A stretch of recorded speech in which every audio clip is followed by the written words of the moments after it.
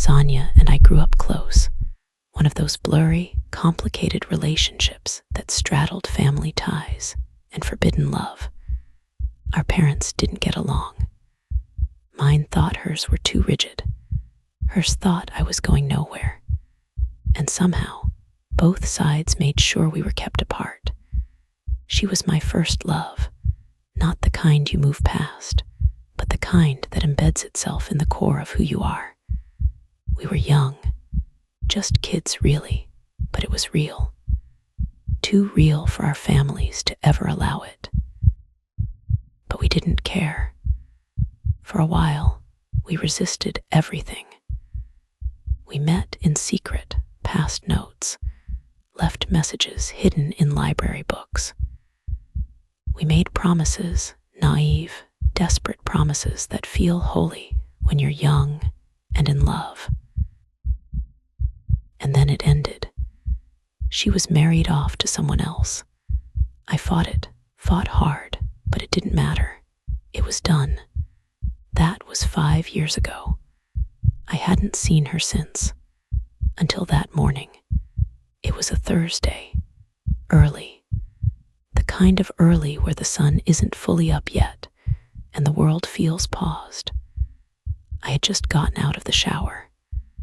I was brushing my teeth, half-dressed, trying to mentally prepare for another pointless day at work. Then I saw her in the mirror. Not a photo, not a memory, not a hallucination, her, standing in the doorway behind me. She looked the same as I remembered. Soft hair pulled loosely back, calm eyes, like she belonged there. I turned around fast, toothbrush still in my mouth. She didn't move, just stood there watching me. And then she spoke, so softly it cut straight through my ribs. "Will you come with me today?" That's all she said. I should have panicked, demanded answers. I didn't. There was something in her voice. Not pleading, not sad, just final. I nodded. We got in my car. I didn't question it. Something in my chest told me this mattered, that this wasn't a dream. And if it was, I didn't want to wake up. She asked to go to the beach. It was the same place she first told me she loved me. I remember the sound of the waves crashing while she stood barefoot in the cold sand, her voice trembling with hope. We walked along the shore. It was quiet, empty. She didn't say much, just closed her eyes and listened to the water, smiling like she was hearing something I couldn't. Then we drove across town. She asked me to stop at a florist, her favorite one. Without thinking, I went inside. The old woman behind the counter didn't blink when I asked for dusky pink roses, just nodded slowly. Back in the car, Sonia held the rose in her lap, turning it gently between her fingers. Then she looked at me, really looked at me. "I tried to let go of you," she said, "but I couldn't. I never did. I loved you then. I still do." Her voice broke on that last part, and she reached out, took my hand in both of hers. The warmth of her touch was so heartwarming. I could feel her intense love, alive, breathing, warm. She held my hand like it was her last chance to feel something. Then she said, "It's getting late. Take me home." I drove in silence, heart racing. Nothing made sense. Every part of me screamed to ask what was happening, but something deeper, the part that still belonged to her, just obeyed. As we turned onto her street, I saw the crowd before anything else. Dozens of people gathered outside her house. Neighbors, strangers, cars parked awkwardly, low murmurs, a woman sobbing uncontrollably near the gate. I parked across the road. Sonia opened the door, stepped out, and walked toward the house. Nobody looked at her. Nobody stopped her.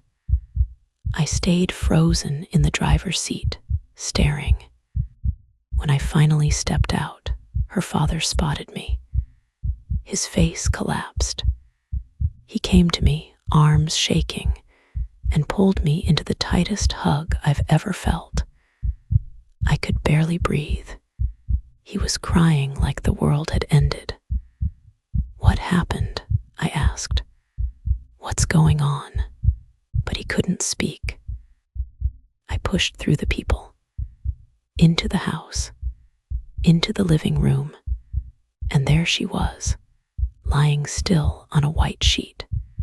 Her face was calm, a faint smile on her lips, like she had finally found rest. The same rose I had just bought sat on her chest, her hands crossed over her chest. A single dusky pink rose resting near her collarbone. I fell to my knees. The world tilted. Everything inside me turned to static. They said it happened the night before. Her husband had come home drunk, murdered her in a fit of rage. A household quarrel turned monstrous.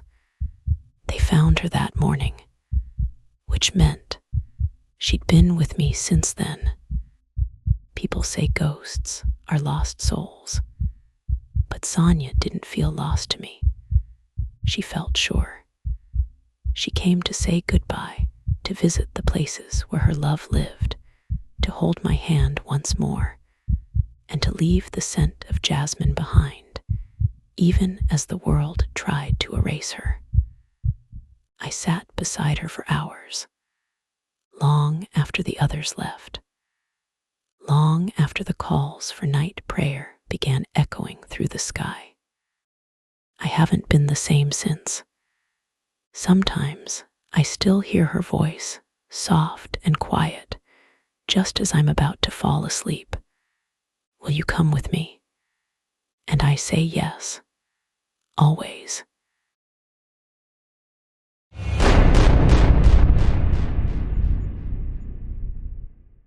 I went to my local library. It was an ordinary day with the familiar scent of old paper and dust hanging in the air. Found a book I needed for an assignment, but inside, tucked between the pages, was a letter. No name, no date, just a few scrawled words that chilled my bones. I thought I should share with y'all. Here's what was written. I am a professor in a famous university, and I have studied the paranormal for 38 years. Most people think what I do is fiction. They call me eccentric, melodramatic, obsessed. Maybe they're right, but they weren't there in the archives when I found the old jar, trembling on the dusty shelf like something alive. They didn't read the letters written in a trembling hand, speaking of flesh falling from the sky, of blood-soaked linens and dogs howling at midday. They didn't see the sky that day. But I did. It began with the meat, thick, wet, and warm, like it had just been carved from a living thing. I read the records. I saw the photographs, the yellowing newspaper clippings, but nothing prepared me for the smell, a coppery, fetid scent that seeped out from the sealed specimen jars in the university vault. One fragment was labeled simply, March 3, 1876. Fleshfall. They say vultures vomited midair. An explanation rooted in biology, yes. Safe.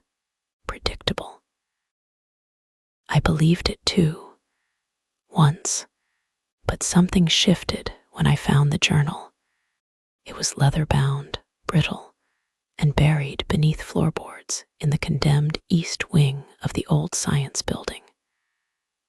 No author, no date, just a single embossed symbol on the cover, a jagged eye bleeding from the center. Inside were accounts far older than 1876. Meat rains had happened before, every 73 years, to be exact. And with each return, the sky demanded more. Not just flesh. Blood, bone, cities. I calculated the next occurrence, this year, this week. I warned the local officials. I begged them to cancel the fireworks festival, to evacuate the area, to seal off the riverbanks where the air turns unusually still at night. They laughed, politely, at first, then less so. One woman from the Historical Society called me a well-meaning lunatic. She patted my hand as if I were a doddering old man lost in his own theories. But I've seen the signs. The birds are circling low, too low. Dogs have begun digging frantically in the dirt. Fish float belly up in the canals, eyes cloudy, mouths frozen open, as if gasping a warning no one will hear. The air smells wrong, sweet, and rotting at the same time, like perfume poured over a corpse. And the dreams. God help me, the dreams. I see a sky torn open like wet paper.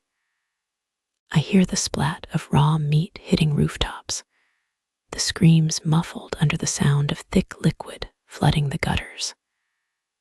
Blood, yes, a rain of blood that runs down walls, seeps under doors, and pools in the hollows where children once played. It doesn't end with the sky. The city itself begins to sink, slowly at first, like it's sighing into the earth. The ground bubbles. Cracks widen. Buildings crumble as if being pulled from below by invisible fingers. And just before everything goes silent, there's a sound low, vibrating, inhuman. I thought it was thunder, but it's not. It's chewing. I believe now the fleshfall was not an accident. It was a feeding ritual interrupted. A summoning half finished. Something came through that day, something unsated, and it has been waiting for the next cycle to finish what was begun. That cycle is upon us. Tonight, I will climb the observatory tower. I will document the moment it begins, if I live long enough to write a final word.